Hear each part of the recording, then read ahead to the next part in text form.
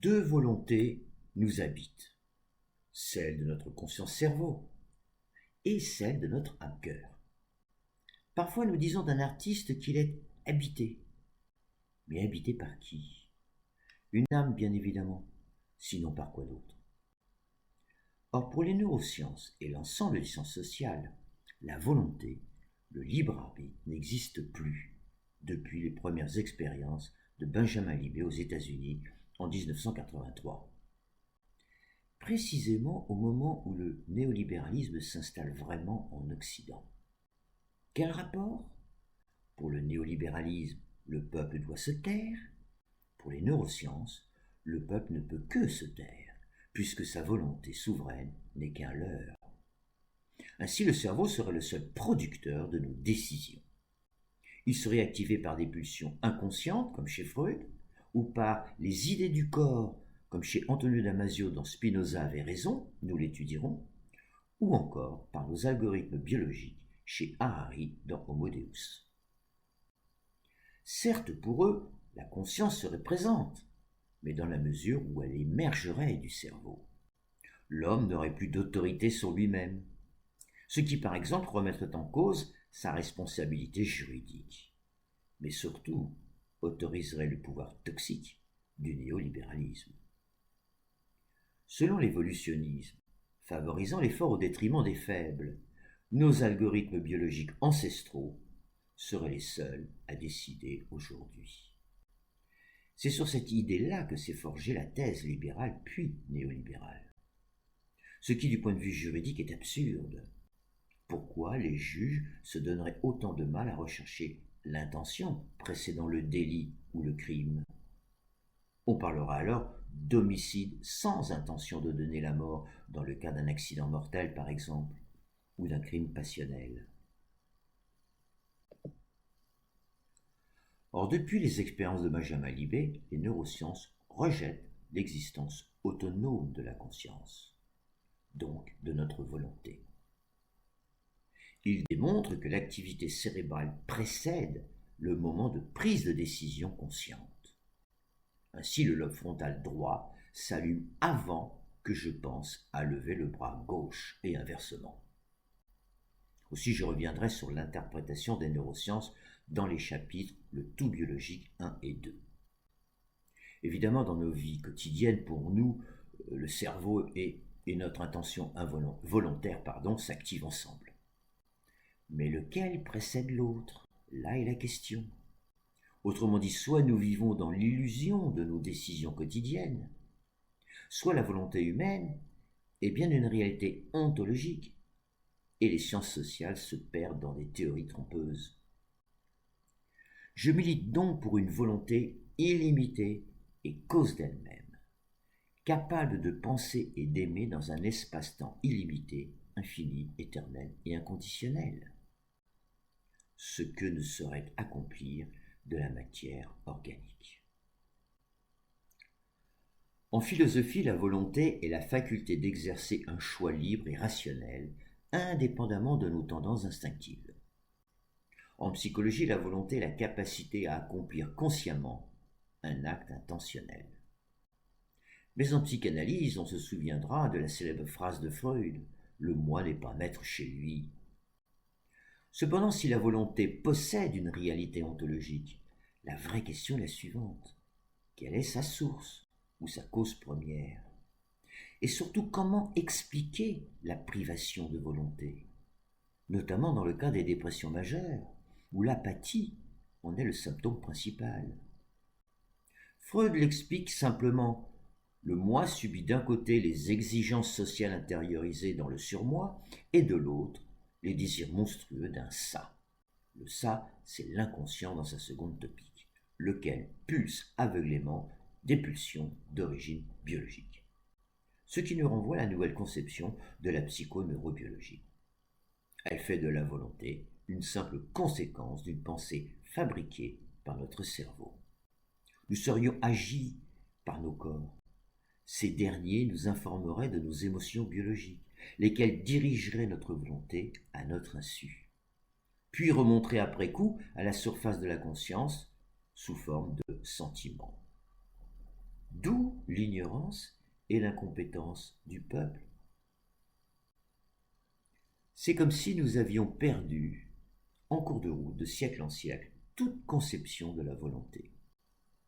Si vous êtes dépressif, atone, sans volonté, eh bien prenez un antidépresseur.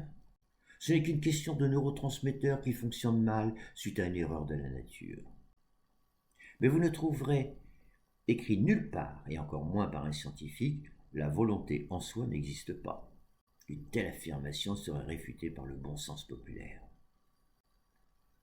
Outre le phénomène étrange de privation de volonté, il existe aussi une série d'actes involontaires spécifiques. Les actes manqués, les lapsus, les gaffes, les erreurs répétées, l'oubli d'une vérité qui dérange.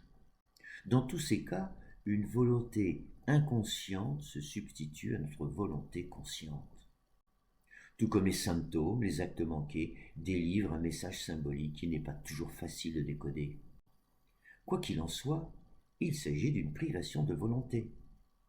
Une privation de cette capacité à décider en conscience de poser tel ou tel acte. Mais d'où nous vient cette capacité ? Nous avons commencé à l'étudier dans le podcast de Cœur à Cœur, avec la notion de braise du cœur, issue de l'enseignement des anges, mais aussi la cohérence cardiaque de David Servan-Schreiber à partir de son livre Guérir. Puis avec Chrysippe, son hégémonique qui part également du cœur biologique. Ainsi la volition, c'est-à-dire l'intention, part du cœur biologique puis s'exprime en volonté au niveau de la conscience. La question est donc la suivante. La volonté est-elle cause d'elle-même ? Ou ne subit-elle que des causes biologiques ? Conditionnement, pulsion hormonale, ou extérieures, événements, éducation, films, etc. Si les causes internes et externes sont effectivement agissantes, en dernier ressort, qui décrète quand un ami nous demande un service ? Qui décide après avoir pesé le pour et le contre ? Qui prend une bonne ou mauvaise décision ? Et qui en est responsable ? Qui est responsable de ce monde violent, cruel et égoïste ? Que dit le bon sens à toutes ces questions ? Eh bien nous, vous et moi, nous tous. Sinon qui ? Sinon le libre arbitre et par voie de conséquence la liberté n'existerait plus. De même encore, que deviendrait la souveraineté d'un peuple, fondement de la démocratie ? Une illusion ? Un délire ? Vivons-nous dans une illusion ? Sans volonté cause à suit, que fait-on de la notion de pouvoir, qu'il soit bienveillant ou toxique ? À un moment donné, arrivé au plus profond de nous-mêmes, il est de notre responsabilité, de notre volonté, de trancher. Dès lors, nous sommes en présence d'une volonté cause d'elle-même et d'une volition, une impulsion issue de l'âme-cœur. Ce mystère est en réalité un véritable cadeau de la vie qui nous est offert lors de notre incarnation. Ces braises mystérieuses, qui nécessitent d'être ravivées, chez le dépressif par exemple, représentent et justifient le mystère de l'amour et de la vie. Ce cadeau vital est offert à tous les vivants, y compris aux animaux, à des degrés de conscience variables bien sûr. Un animal abandonné par ses maîtres peut se laisser mourir. Un animal battu deviendra méchant ou peureux. À l'inverse, un animal choyé verra ses braises s'enflammer et permettra une cohérence cardiaque avec son maître. Ainsi que nous l'a raconté David Servan-Schreiber, nous l'avons vu. La cohérence cardiaque, ce sont deux cœurs qui soufflent mutuellement sur les braises respectives. De ce point de vue, la volonté est un objet spirituel qui répond aux trois principes irrationnels que nous avons déjà décrits. Or, si la volonté est un objet spirituel, alors son fonctionnement est illimité. Nous avons vu que nous pouvions aimer qu'au présent éternel, c'est-à-dire de manière illimitée. Comme aimer est au final un acte volontaire, la volonté se doit d'être, elle aussi, illimitée. Rappelons en passant le piège de l'illimité qui consiste à aimer posséder au lieu de nous aimer infiniment, éternellement et inconditionnellement. Donc soit nous considérons l'être humain comme un pantin sans volonté, dont les actes dépendront uniquement des contingences extérieures et des algorithmes biologiques, soit nous accordons à l'homme un réel degré de volonté dans ses décisions et ses actions. Nous pourrons alors affirmer que la volonté de l'être humain est cause d'elle-même, c'est-à-dire agir en son âme et conscience, expression populaire à prendre ici dans son sens littéral. Voilà pourquoi les différentes disciplines humaines ne se posent plus vraiment la question. On y répond guère comme si cela allait de soi. Eh bien non, cela ne va pas de soi, car il va bien falloir répondre un jour au problème thérapeutique de la privation de volonté, notamment chez le dépressif ou la victime d'un syndrome d'épuisement. Plus généralement, ces braises sont à rapprocher de l'élan vital bergsonien et de la philosophie vitaliste.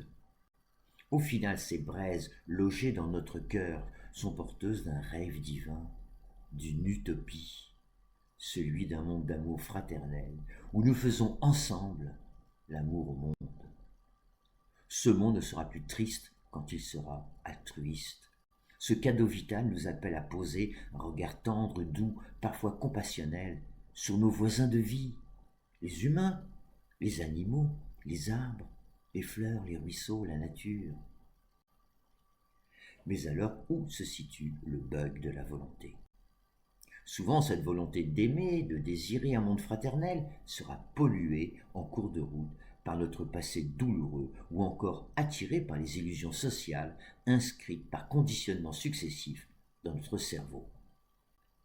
Peu à peu, de conditionnement en conditionnement, de mauvaises habitudes en mauvaises habitudes, les contenus de nos désirs vont s'égarer et nous plonger dans l'égoïsme et dans la maladie qui vient du mot malhabitus. Nos choix d'aimer quelqu'un ou de désirer quelque chose dépendent de nous-mêmes, mais ils ne sont pas sans conséquences. De désillusion en désillusion, d'échec en échec, nous perdons peu à peu, à notre insu, l'estime de soi, jusqu'au jour où on se lève, sans volonté, apathique et désespéré. La vie que nous menons est alors une vie pour rien, expression issue des anges. Une vie où l'on se sent inutile et coupé de l'amour d'autrui. Car c'est l'absence d'autrui qui nourrit notre sentiment d'inutilité. Le bug de la volonté, c'est donc le choix entre l'égoïsme et l'altruisme, c'est-à-dire entre la voie de service et la flambée de l'ego que nous avons déjà rencontrée. Aimé, considéré, écouté, reconnu, construit par l'amour d'autrui, voilà nos accus rechargés. Et selon la loi sacrée du libre arbitre, deux chemins s'offrent à nous, la flambée de l'ego ou à l'inverse, la voie de service. Puisque notre volonté est faite de braise, ne peut-elle pas aussi flamber ? Le flambeur, au sens commun, gaspille ses richesses et peut parfois malfinir, désœuvrement, drogue, mort prématurée. Un enfant en manque d'amour deviendra un adulte mal construit émotionnellement, ce qui engendrera désœuvrement et égoïsme. Il finira par manipuler autrui. Il se construira un masque social. Son cœur deviendra avarié. À cause de ses désirs devenus immodérés et éloignés des besoins d'autrui, son égoïsme s'enflammera. Porteur de rêves irréalisables, il finira par se consumer de l'intérieur. Plus personne ne soufflera sur ses braises. Car nous, souvenez-vous, ne sommes pas capables de souffler sur nos propres braises. Le vrai pouvoir sera celui d'aimer autrui en soufflant sur ses braises. Aimer notre famille, nos voisins, et finalement l'humanité tout entière. Tout autre pouvoir serait vain, illusoire et destructeur de vie. Cette puissance d'aimer, qui s'incarne souvent en défendant des justes causes, se nomme la voie de service, la voie royale de l'altruisme. Certes, il faut un juste équilibre, mais cet équilibre se produit dès que l'on est suffisamment tourné vers les préoccupations d'autrui.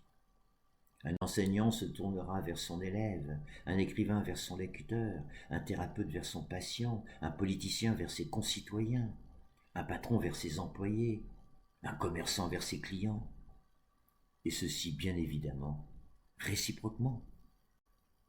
Alors chacun soufflera sur les braises de l'autre. Un simple sourire suffit parfois pour raviver les braises d'un enfant. Alors voici les 3 études de personnages au pied d'une crucifixion en 1944 de Francis Bacon, quand il regardait l'effroyable spectacle des charniers lors de la Shoah. Le premier personnage évoque un vautour en prostation, tel l'ego irrémédiablement renfermé sur lui-même à l'affût d'une proie à phagocyter, en relation avec la tentation de possession. Il survit sans avenir, puisqu'il a rompu toute relation fraternelle avec autrui. Le second, à l'instar de la Pythie de Delphes, sur son trépied légendaire annonçant la bonne parole d'Apollon, montre à l'inverse ce qu'est devenu un ego dès lors aveuglé par lui-même, sans aucune vision spirituelle en relation avec la tentation de pouvoir toxique. Il est prêt à planter sa morsure sur le premier venu. Enfin, ne sachant plus aimer autrui et la beauté du monde, l'ego gueule au monde son impuissance en relation avec la tentation de paraître, de la gloire illusoire. Mais il n'a plus de souffle de vie en lui. Son cri est un trou noir. Cette interprétation n'engage que moi. Cependant, Francis Bacon a parfaitement représenté les 3 visages hideux qui se dissimulent derrière le masque social d'un national-socialisme, rendant invisibles leurs intentions perverses tant que les camps n'ont pas été révélés. Dès lors, quelle que soit notre manière de voir les choses, il est incontestable que ça pense en nous. De mon côté, j'ai suffisamment montré la pensée du cœur, mais Bacon nous montre une autre version de sa pensée en nous, l'intention d'un libre arbitre devenu monstrueux. Et n'oublions jamais que nous sommes tous potentiellement capables des deux. Quoi qu'il en soit, si ça pense en nous, alors la volonté en nous est double. Nous l'avons vu, pas au sens habituel d'un inconscient aveugle, qu'il soit de nature mécanique, celui des cognitivistes, ou pulsionnel, celui des psychanalystes, mais plutôt à partir d'une nature intelligente, celle d'Erickson, le père de l'hypnose, une intelligence du cœur remarquablement subtile et évoluée, qui voit et qui sait bien mieux que nous ce qui est bon pour nous-mêmes, une intelligence capable de nous guider en nous inspirant, dès lors que nous restons réceptifs à son murmure. Parfois même, elle nous sauve la vie. Ça pense donc en nous, au sens d'une présence spirituelle dotée d'une dignité et d'une intelligence au même titre que nous-mêmes, voire davantage. D'autant qu'il s'agit en fait d'un autre nous-mêmes, bien plus que nous-mêmes. Pensons au prototype bergsonien de l'intuition inspirée, dans laquelle il y a un toucher de l'esprit, la conscience, par l'esprit, l'âme, que nous avons cité longuement dans le podcast La pensée du cœur. Côté spirituel, il y a donc la volonté de l'âme qui cherche sans cesse à se rapprocher de l'amour divin. Côté terrestre, il y a la volonté terrestre, l'ego, qui aspire à être heureux parmi les siens. En pratique, ces 2 volontés n'en font qu'une lorsqu'il y a accord entre elles, rejoindre l'amour divin et vivre heureux avec les siens. Nous naissons tous avec cette aspiration double. L'être humain est fait de cet alliage indivisible parce que consubstantiel. Voilà toute la difficulté de penser l'être humain, car nous n'avons pas la catégorie rationnelle, être à la fois sa chose et son contraire, simple et double dans notre système de pensée binaire, c'est-à-dire soit l'un, soit l'autre, mais pas les 2 à la fois. Or, nos 2 volontés fonctionnent parfois ensemble, parfois séparément. À l'instar de la particule quantique, à la fois ondulatoire et corpusculaire, la volonté double peut s'exprimer de manière dissociée. C'est le cas de la volonté de l'ego, volonté souvent déviée, arrêtée, qui perd sa foi en route. Elle peut éviter les pièges qui s'imposent à l'être tout entier, pièges tendus par l'environnement familial ou social. Alors la volonté de la personne s'éloignera à son insu de la volonté de son âme. Elle marchera à côté de son âme-cœur, croyant qu'elle peut vivre n'importe quelle vie, une vie pour rien. L'âme ondulatoire et le corps corpusculaire ne fonctionnent plus ensemble. En revanche, quand les volontés de l'âme et de sa conscience s'accordent, la paix intérieure s'installe. Mais quand il y a discorde, c'est-à-dire quand la personne terrestre, l'ego, n'aime plus la vie qu'elle mène, l'âme privera la conscience de sa volonté. C'est l'apathie, le bug de la volonté, jusqu'à ce que cette dernière retrouve ses esprits, au sens littéral.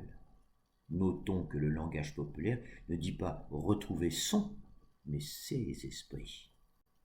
C'est donc cette volonté autonome, indépendante, cause d'elle-même illimitée et atemporelle, qui va nous permettre, dans notre vie quotidienne, de faire un choix simple entre l'égoïsme ou l'altruisme, la démocratie ou la tyrannie, le sacré ou le profane. En conclusion, deux volontés nous habitent. C'est pourquoi nous sommes d'abord des êtres paradoxaux, qui parfois vivons le chaos dans nos têtes. Ces deux volontés sont causes d'elles-mêmes ou cause à suivre. Quelles que soient les causes extérieures qui viennent les influencer, en dernier ressort, nous sommes causes et responsables de nos actes. Sinon, nous ne ferions pas mieux que l'intelligence artificielle. Enfin, ces deux volontés pensent de manière illimitée afin de nous aimer. Sauf que parfois, l'une s'engage à aimer et l'autre en a peur. Deux cas de figure, l'amour authentique et l'amour illusoire. Dans le premier cas, c'est la rencontre de deux âmes, et les consciences prennent peur. Dans le second cas, c'est l'inverse, les consciences terrestres s'attirent, mais les âmes savent d'avance qu'elles s'égarent dans un amour futile.